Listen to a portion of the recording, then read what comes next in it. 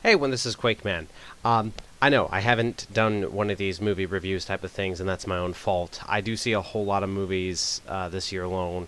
I mean, hell, I saw Ninjago, I saw Mother, I saw It, I saw Hitman's Bodyguard, and I haven't made videos of all of those, and that's my own fault. But I know it's weird to skip all of those to talk about this, but I have to.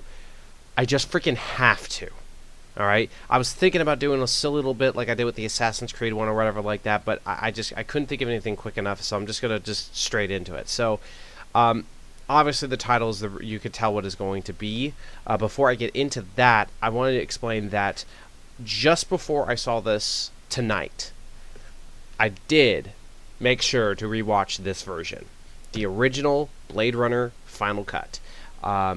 I've already saw it once a long time ago, but I rewatched it for a second time before going into this, just so I can get my opinion straight, to see comparisons, since this is going to be a sequel 30 years after the original Blade Runner. So I'm very curious of what things continue, what comes out, what they're going to do. There's so many things that I was very curious about and nervous. And obviously, you should be for something that is very much a masterpiece in my opinion. And granted, I know I never saw the theatrical and all the lead-ups till this version. I do understand that, I got the best version straight out, and I got the understanding from that.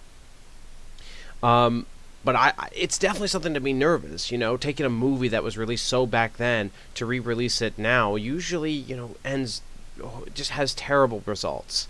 We had, The Thing in 2011 that was supposed to be a prequel, remake, whatever, from John Carson's The Thing, and that was just not very good.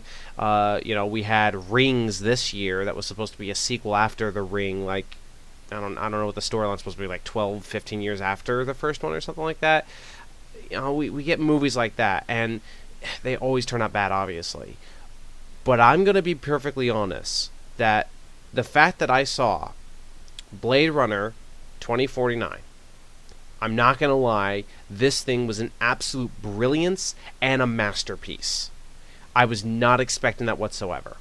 I know the director, which I forget his name right now, has done many other great projects, which I also forget right now to compare, but, I didn't know what to expect out of this. The trailer looked great. It was awesome we were going to see Deckard again, played by Harrison Ford. It was going to take place 30 years afterwards, and it made you very question a lot of other things. After watching the original Blade Runner, it made me really think, there were some aspects to it that made you really think if Deckard was a replicant, but obviously there's enough evidence to prove that he's not.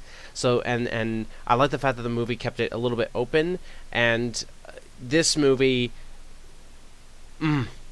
I cannot detail certain things without giving ginormous spoilers just abound. But I'll talk about the best I can. Alright, and I'm sorry to give a weird intro about all that stuff. But Blade Runner 2049, I thought, was just one of the best movies this year alone. I know it's October, so there's still at least a couple of weeks till the end of the year before I can finalize my top 10 movies of this year, but I'm not kidding. Right now, this sets at number one by just instantly. I love the fact that the shooting of this movie, the director tried its best to create the feeling and the function of what the original Blade Runner was trying to be. Long shots, slow shots, just letting things drawn out of the environment. I like how the environments felt like it was them taking sets from the original Blade Runner, but obviously they were brand new. There was some CG involved in some areas, but you can clearly tell in a lot of environments that they had real sets and real environments, which you rarely see that in a lot of movies. Even some of the great movies out there tend to use a lot of CG to fix their problems. And that can be a good or a bad thing. But it's always impressive when directors and writers can actually make a film without using the CG so crazily. And this movie absolutely did that, in my opinion. Granted, I'm actually curious if they used a lot of real shots of when they're using the flying cars, or if it was a mixture of the two, or if it was strictly CG, because it was hard to tell. But there are some shots that felt like it was a mixture of the two, where they used CG for one aspect, but it was a real car, doing this or doing that. Obviously, I'm not saying keywords to not make guesses too easily. I like the story for this movie, and again, I cannot pinpoint what the story is supposed to be about. But all I can say was I was very impressed with it, and it begs some more questions for it, but I still thought it was solid all the way through, and that is fine. I'm okay with movies not giving me all the answers. I'm okay with leaving it ambiguous. That's what I loved about It Comes at Night, and that's what I loved about Mother that I saw last week. So giving the details on what the audience thinks is always the greatest thing to me in movies. Sure, I like my movies like London Has Fallen and things like that, where it's just an action romp where you don't really have to think. But I do love it when directors and writers make movies that make you think as an audience and feels like you're involved in a product than just you watching it. And Blade Runner 2049 delivers on that. Ryan Gosling's acting, I just was so remarkable with. I love the motions. I love how he talks. I like how he is throughout. Jared Leto is in the movie, not throughout majority of it. He shows up once or twice.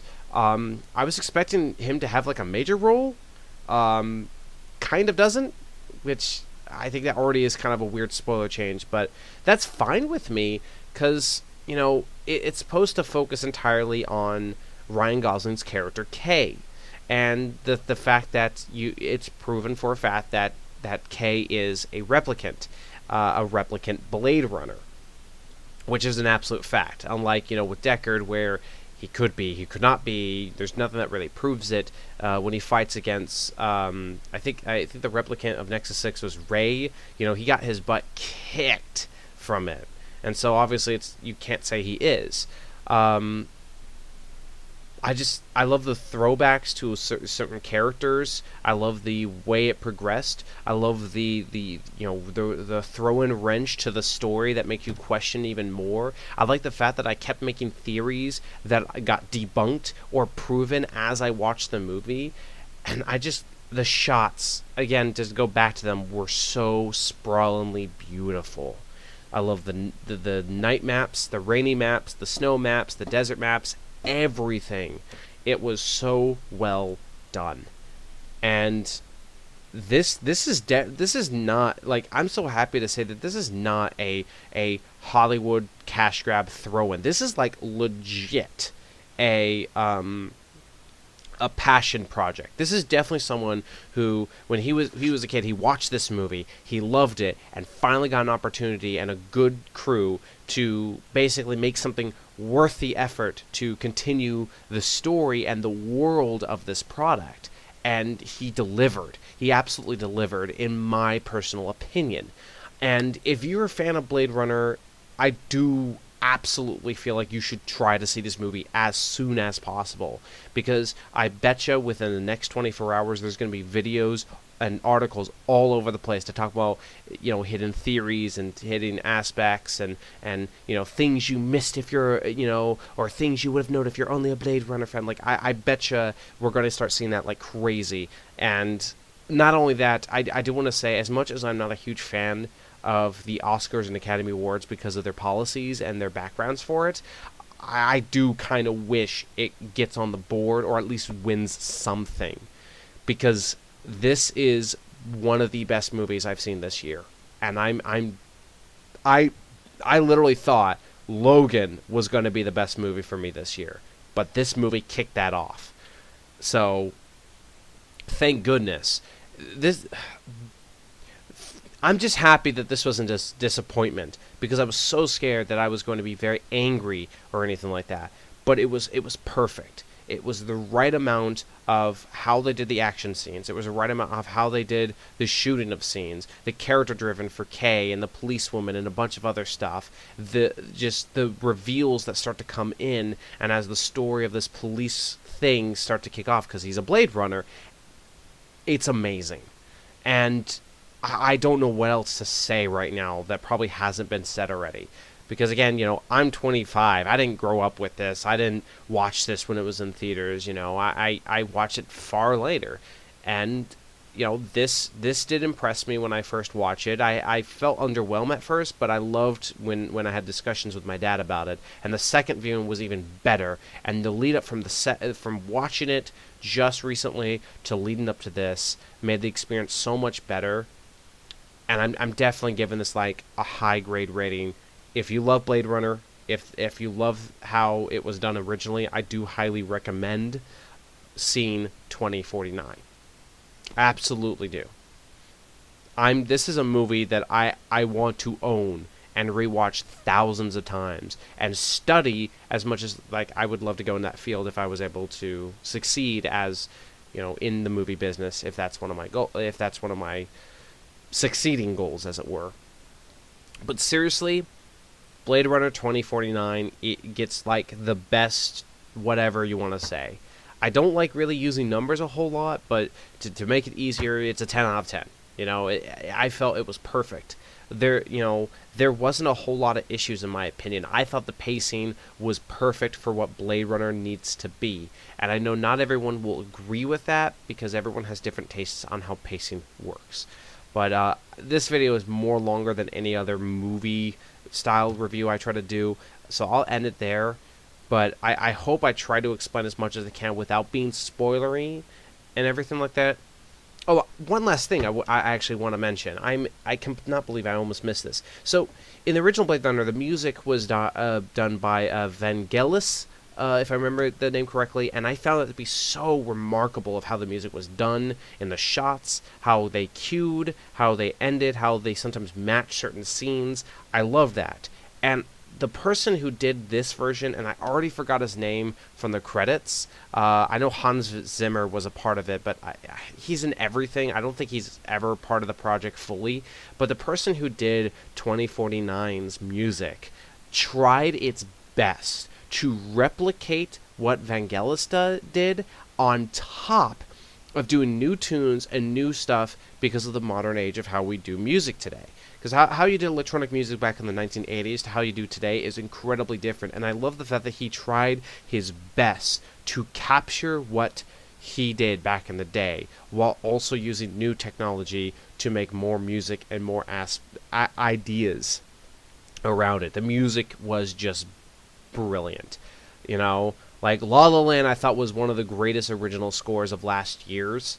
And this one I think is going to be my greatest original score of this year. Absolutely. So, I forgot to mention the music part because that was important. That stand out to me big time. So that's 2049. Highly recommend it. Harrison Ford was great on the acting here, and I loved him taking back the role of Deckard. I was very impressed with how he did everything. I was impressed with Ryan Gosling and all the other characters involved here, and I loved the reveal moments as well. Obviously, I'm not going to detail who, what, where, when, but exactly that. So if you have the money and you're able to go over the weekend, I highly recommend trying to see this immediately if you're a fan of the original Blade Runner. Granted, I know that's just one opinion, and I know everyone will agree with it, and that's perfectly fine. But I loved it hella much. Have a wonderful day, and take care. Thank you for watching.